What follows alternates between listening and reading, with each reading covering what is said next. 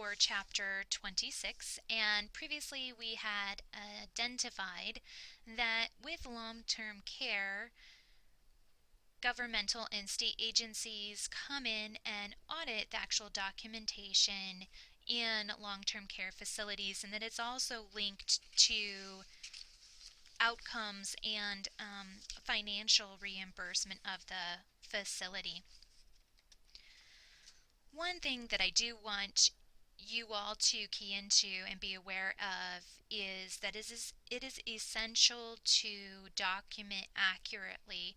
1/4 of all malpractice suits are decided based on the documentation or lack thereof, and it is usually that second factor, the lack thereof, that causes problems.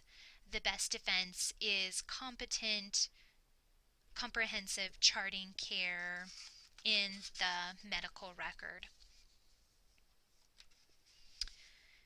We previously did talk about methods of reporting. There is one that you will utilize often in simulation, out in clinicals, and that is utilized in the Treasure Valley frequently, and that is the SBAR method of reporting, and it stands for Situation, Background, Assessment, and Recommendation.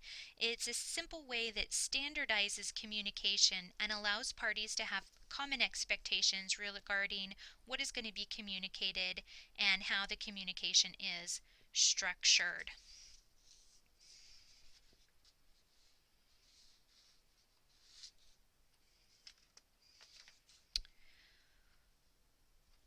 Handoff reporting occurs with transfer of patient care, and some examples of that would be a different shift to shift report, a unit change where a patient is being transferred from one unit to another, or perhaps a patient is going in for surgery and then they need a handoff report. It does provide continuity and individualized care, and reports are meant to be quick and efficient. It allows nurses to perform needed assessments, evaluate patients' progress, and determine the best interventions for patient needs based off of what information is being communicated.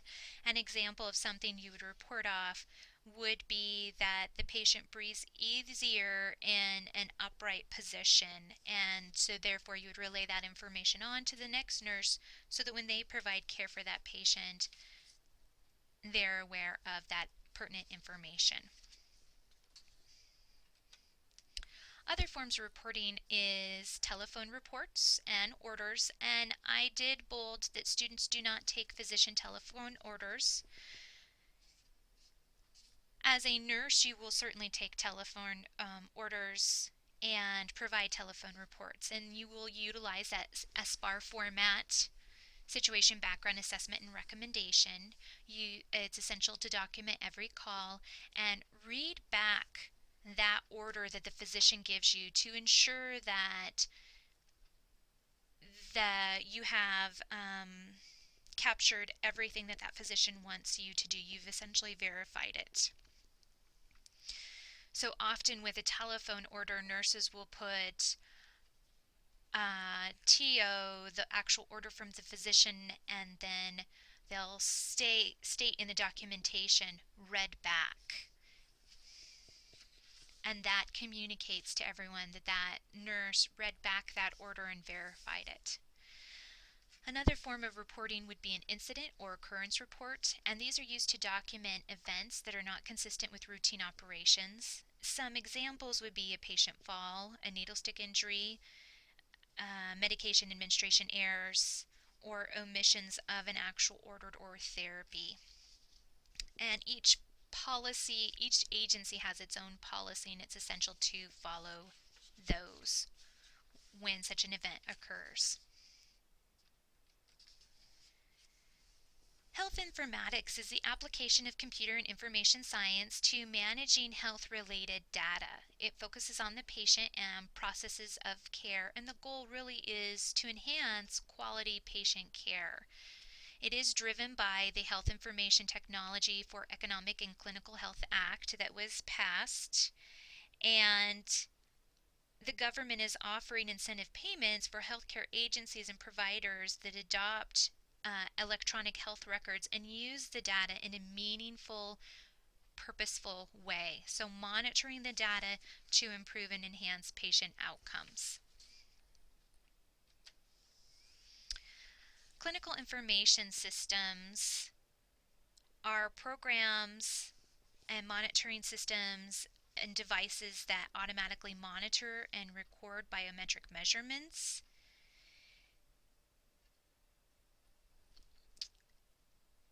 CIS monitoring systems can include, though, electronic healthcare systems such as order entry, lab, radiology, and pharmacy systems.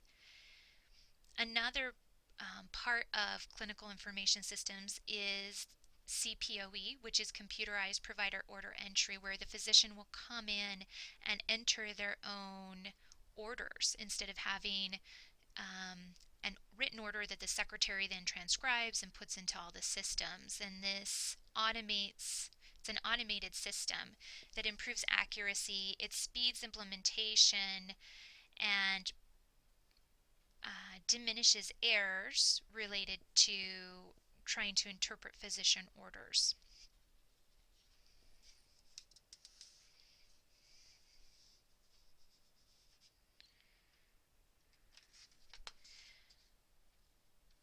And so that concludes our first presentation.